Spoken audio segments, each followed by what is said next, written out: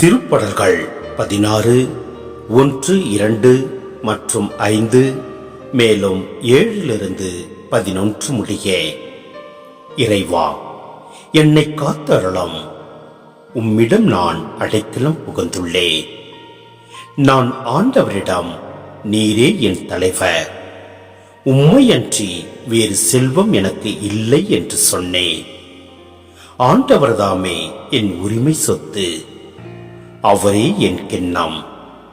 எனக்குரிய பங்கை காப்பவரும் அவரே. எனக்கு அறிவுரை வழங்கும் ஆண்டவரை போற்றுகின்றேன். இரவில் கூட என் மனச்சான்று என்னை எச்சரிக்கின்றது.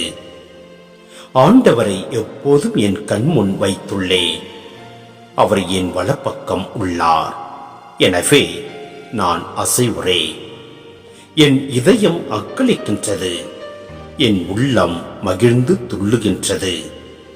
என் உடலும் பாதுகாப்பில் நிலைத்திருக்கும்.